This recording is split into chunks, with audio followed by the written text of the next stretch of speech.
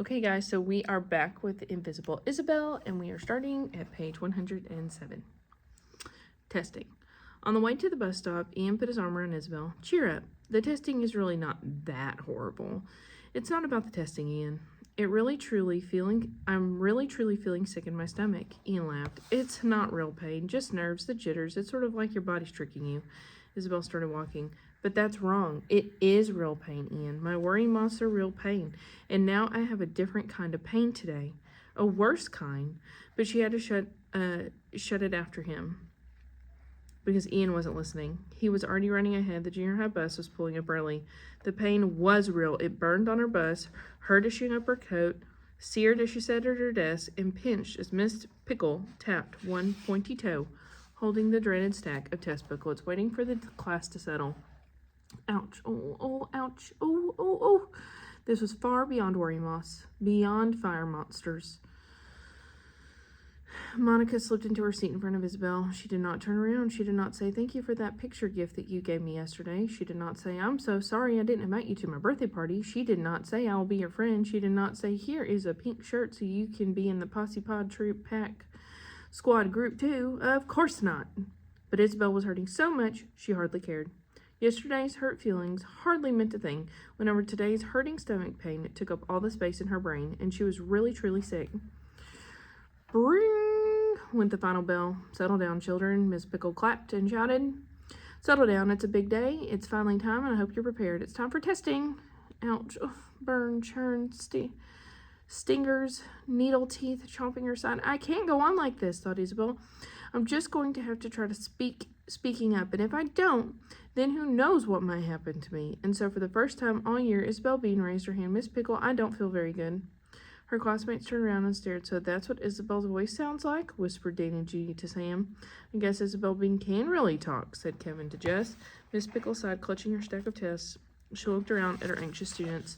"Class, I imagine that many of you are just like Isabel here and are feeling jitters today, but I expect you've also studied and prepared and carefully listened to my directions, and you will do fine on the tests. You will strive for perfect scores, and you'll do your best. Understood?" "Yes, Miss Pickle," everyone said in sing-song unison, the way that she trained them to. Now the clock is ticking, and she needed to get started. No more distractions. Once you start working, these jitters will pass. No talking, no whispering, no going to the bathroom. Take one and pass the rest back. Don't open the booklet until I tell you. Now get ready, get set, go. Isabel filled in as many little test ovals as she could until her brain was swimming in ovals, but the pain in her side had not settled. Now her head throbbed too. "I guess my head hurts," she thought, "because pain is in your head, right? That's what Miss Pickle thinks, and Mama and Papa, and Ian too, and in my head, all in my head, it's all in my head." But no, the pain was not just in her head. It was truly in her stomach, and she couldn't be denied.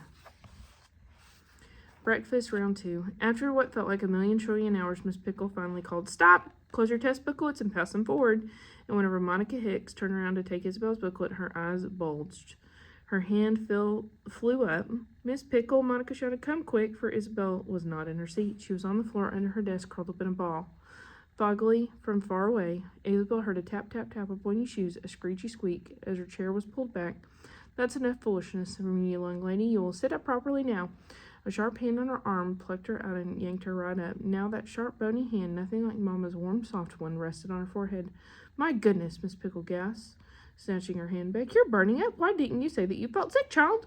Isabel was fairly certain that she had tried to say that very thing, but now whenever she opened up her mouth and tried to tell Miss Pickle so, the words did not come out. Instead, what came up was the breakfast Mama had made her eat, all over Miss Pickle's pointy shoes. "Ew, gross, all the students in the class. Some of the boys were laughing themselves silly right out of their chairs. "That's it. I'm doomed," thought Isabel. Nurse's room. Nurse Ido in the health room was the first person who didn't seem to think everything was all in Isabel's head. Instead, she seemed to think that it was all in a particular spot on Isabel's lower right side, and whenever she pressed it just so, eek, Isabel nearly fainted. Nurse Ido's straight eyebrows came together in a stern line, and she picked up her phone and started saying alarming things like "ambulance, hospital," right away.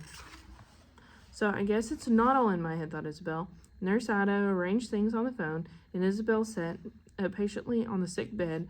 And the interesting thing about pain, she thought, was how it took up all the room in your brain so that you couldn't worry about much else, like what had happened next. I didn't want to alarm you, said Nurse Ida, finally hanging up the phone, but I'm sending you off to the emergency room.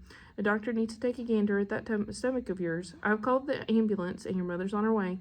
Nurse Ida smiled brightly as if it was all excellent fun, and soon, bloop, went the siren outside the window. A boxy white ambulance was cruising up to the school drive, and a moment later the entire buzzer sounded, and then 2 ambulance people came into the school, and they were coming for her. Her mother wasn't even here yet. Would she have to go to the hospital alone? The medics were all business as they strode through the health room door. Well, who do we have here? They said. No one, thought Isabel, wishing for the first time that she really truly was invisible. Where was Mama? She listened to her heart and then put a tight black cuff on her arm and pumped it up, and they did other sorts of things too, which was pressing very, very gently on that one spot on her lower right stomach, and Isabel jolted up from the sick bed. Ah! Said the medics, looking cheerfully as if they just solved a fun puzzle. They put her in a wheelchair and whisked her out the school doors, and Isabel finally realized she must speak up. Wait, she said, where's my mother? And then, thank goodness, the family car came screeching up the drive, and Mama jumped into the back of the ambulance right in time, and she took Isabel's hand, and she looked very, very sorry. You tried to tell me this morning that you felt sick, but I didn't listen, did I? Isabel couldn't answer. She felt a stony lump form in her throat. Maybe the magic that she had asked for yesterday under the trees was actually turning her to stone. What a week. What a day. Now, what would happen next? Meanwhile, back in the classroom, while Miss Pickle was off somewhere cleaning her shoes and the custodian was grumbly mopping the floor, the kids were talking over what had just happened. Whoa, said Matt. Miss Pickle's really gonna have it out for Isabel now. Will she punish her? Said Ryan. Maybe she'll have to write. I will not puke on my teacher 500 times, said Aiden. It's no joke, you guys, said Jess crossly. Yeah, I'm worried too, said Aaliyah. Don't you think we made her sick? Jess asked in a quiet, anxious voice. Because we hurt her feelings, Gabby, and then all the girls started to glance back at Monica, who was reading a book upside down. You can't make someone sick just by hurting their feelings, can you? Said Jess. Hayden shrugged, and we never thanked her for drawing us those pictures. Even if we hurt her feelings, Aaliyah said. Hurting feelings doesn't make you sick, right?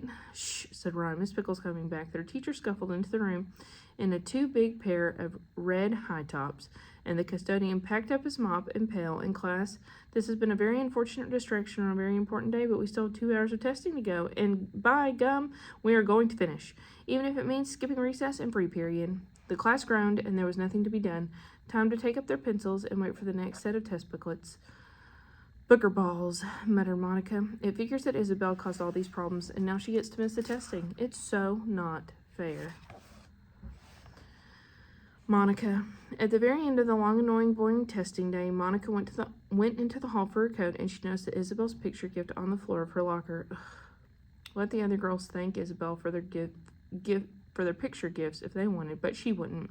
That old Isabel was probably back at home, completely fine, having found a way to get out of that boring testing, and she was probably watching fun TV and playing with all those fun sisters and brothers that Ryan had said she had.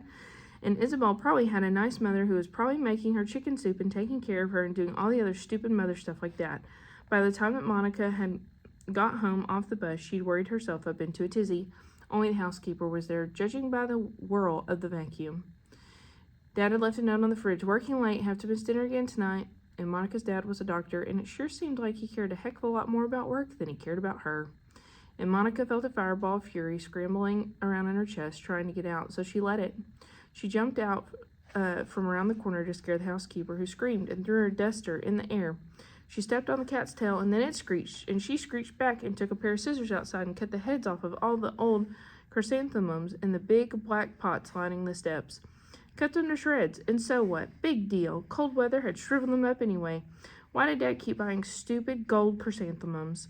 Just because they'd been her mother's favorites? Grr, grr, grr! Isabel at the hospital. Isabel thought that the busy ER waiting room was giving out numbers like at the donut hole. Instead, everyone just sat or paced about in total suspense over when their name would be called, and there were zonked out folks with messy clothes and hair staring into space or speaking into phones, and little kids wiggling and crying and running around, and the slumping over old folks giving dirty looks to the wailing kids. And Isabel had seen a lot of havoc and hullabaloo before, but she'd never seen havoc and hullabaloo like this. She closed her eyes and leaned against Mama until her name suddenly rang out. Isabel Bean? The nurse led them through the swinging door and down the hallway, and then into a place with a small curtained-off rooms. Through cracks in the curtains, Isabel spied people in beds wearing rumbly blue nightgowns. No one looked very happy, and the nurse pulled back the curtain that was hers and then helped her into her own rumbly blue nightgown. It tied in back, which totally did not make sense. And then Mom helped her up into the big hospital bed. All the while, Isabel's heart pounded, her worry moths fluttered, her worry wasp burned, and her fire monster churned. Now what? What next? What would happen? The doctor will be with you in a minute, said the nurse. Thank you for your patience. It shouldn't be too long. They waited and waited and waited some more, until finally, the ER doctor, the cheerful lady in the mask and cap with the thick black eyeglasses, flung back the curtain. Knock, knock, she sang out, and Isabel suppose she had to sing it out since she can't knock on a curtain. Now, who do we have here? She looked at her clipboard. I suspect a case of appendicitis attached to a girl named, she flipped to the page, Isabel. Well, let's take a look. Then, shall we? And she listened to her stethoscope to Isabel's chest, and she poked and pressed and prodded and peppered her with questions like, when did the pain start? Do you have any sisters or brothers? Where exactly do you feel it? Cough, please. What grade are you in? Bend forward, please. Do you have any pets? Isabel was going to try to tell her about Sparky, their beagle, whenever the doctor found the spot on her lower right side. Ooh! Isabel gave out a Sparky, like how? The doctor nodded unknowingly. I can guess what's causing it. A fire monster, Isabel said. The doctor laughed. I think your fire monster's name is Mr. Appendix. And the doctor took a marker from her shirt pocket, uncapped it, and then drew something on the clipboard a bit like this. Oh dear, Mama said. Your appendix, explained the doctor, is a small, worm-shaped organ that hangs off of your small intestine, and sometimes it gets infected and it needs to come out. That's a surgery called an appendectomy, and it's my suspicion that one of these is in your future, Miss Isabel Bean. Mama gasped and then put her hand over her mouth. Oh dear, and here I told her that it was all in her head. Isabel felt a surge of victory. It was real. Everyone always doubted her, but it was real. The next step is to order you some tests and to show us exactly what Mr. Appendix is up to. The doctor winked. Or maybe it's really a fire monster? She laughed and she left laughing and shaking her head. Or was she just making a joke? Or could there really be a fire monster? But no, the moths and wasps and fire monsters are just in her head, right? Isabel started to feel confused. What was in her head and what was really in her body? It was hard to tell. Whenever the worry moth pain and appendix pain both felt like completely real pain, different pains, but just as real in her body. Well, maybe this new kind of testing would help explain it. And that's through page 131.